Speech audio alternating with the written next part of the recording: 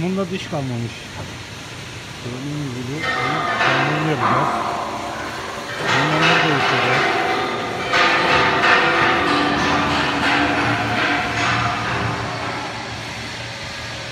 Bu arada tamirine de başladık.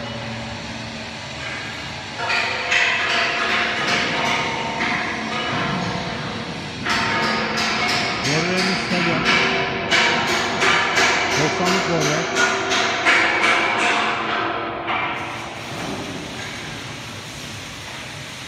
Mil ve somunu değiştireceğiz. Yeni mil ve somunu koyacağız. Hayırlısıyla bitireceğiz bugün inşallah.